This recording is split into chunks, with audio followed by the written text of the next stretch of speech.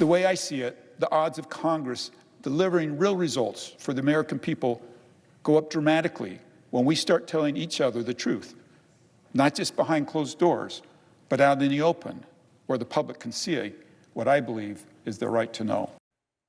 That was Utah's newest senator, Republican John Curtis, delivering his first ever speech on the Senate floor this week.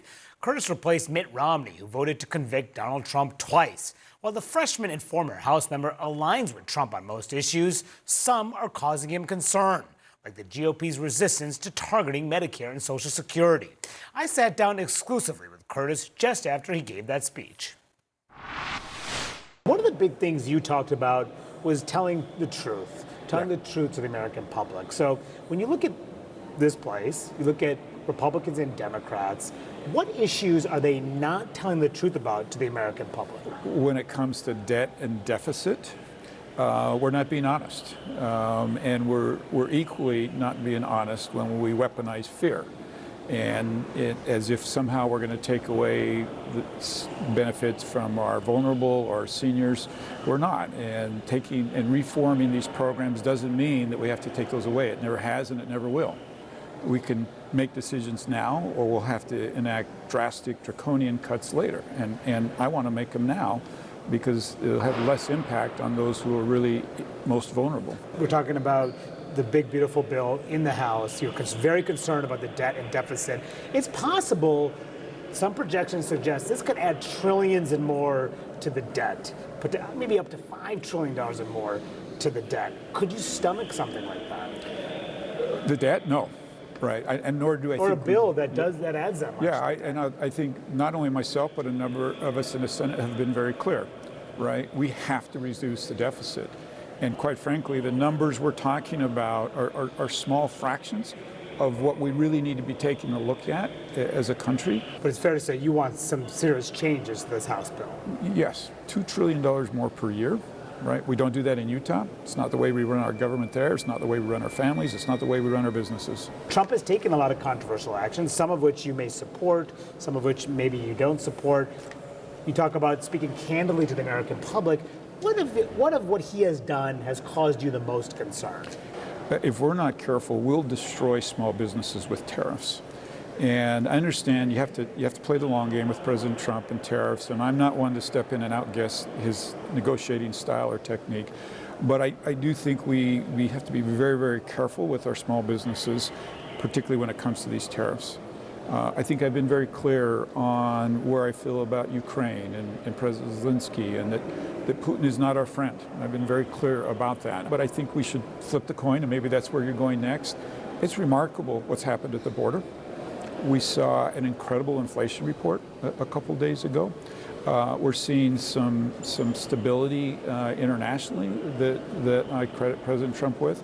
And so there's clearly two sides to this. Given the concerns with small businesses, should he pull back from the tariff policy?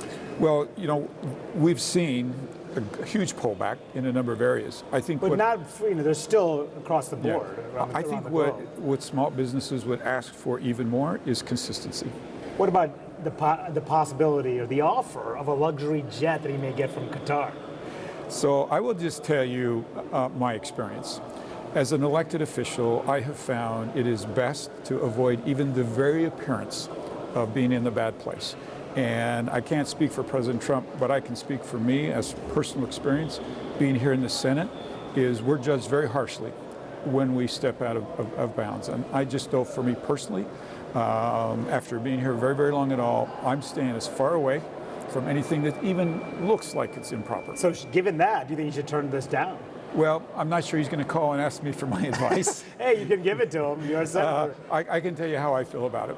Yeah. Among things I'm wondering if you have concerns about, there's also talk about potentially suspending habeas corpus. How do you feel about that?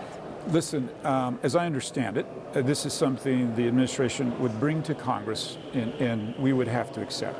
So first of all... You don't think you could do this administratively? I think, as I understand the Constitution, this comes to Congress, right? So, President, bring me your case. Make a case to me. But I will tell you, as I judge that case, I'm going to be thinking in my mind, what if this is a Democrat president coming after something that I think is important. So if he does not come to Congress, you would have a problem with that.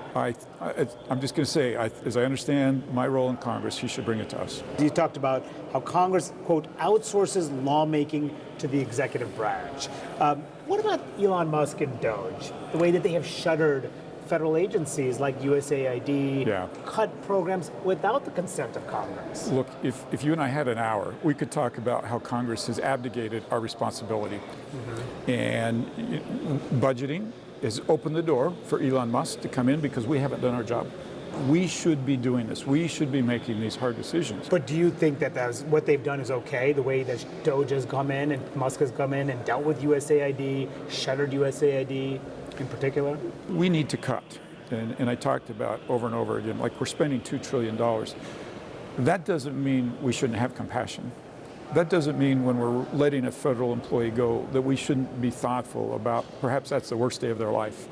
And I think that was one of the problems with Doge, is it lacked what people saw as compassion and thoughtfulness. And I do think we need to make cuts. And I think Doge has opened our eyes to some doors that are very problematic. But having run a business, having been mayor, I know this goes over a lot better if you have a dose of compassion when you're doing it. In this age of politics, and your party, the party, very much the party of Trump, you occupy a unique space within that party. I'm wondering, is it possible to be independent in the GOP in this era of Trump? Listen, I actually think we serve the president best when we do act and function more like a board of directors. And let me tell you what I mean by that. You wouldn't want a board of directors to rubber stamp the president of a company, right? We do our job best when we tell President Trump what we see, what we think, what we feel. We're another set of eyes for him and a set of hands.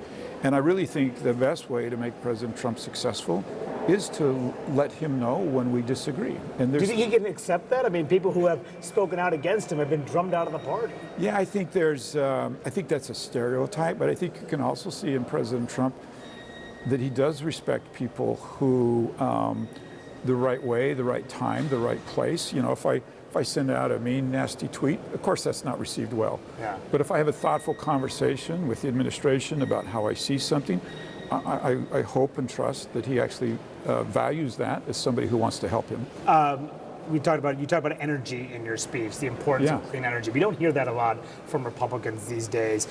There are provisions in the big beautiful bill to phase out these clean energy tax credits that are part of the Inflation Reduction Act. You wrote a letter, signed on to a letter raising concerns about going down this route. Could you support a bill that phases out these tax credits? There are some provisions in the IRA that I feel like are actually Republican priorities. Carbon sequestration, nuclear. And so I've simply urged my fellow Republicans to be thoughtful and to not come in with a sledgehammer, but to come in with a scalpel. Are you an environmentalist?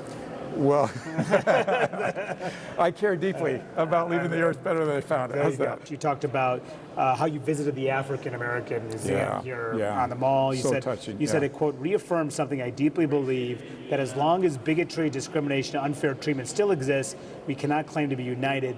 But President Trump has signed an order that targets, quote, improper ideology at the Smithsonian, and this museum specifically was targeted. Do you agree with that approach? The reality of it is we do need to focus on discrimination. We do need to focus on bigotry. And I think a reset is really important, where somebody's not a bad person if they don't know how to talk about this. And I think we really got to the point where you felt uncomfortable if you just didn't even know how to talk about this.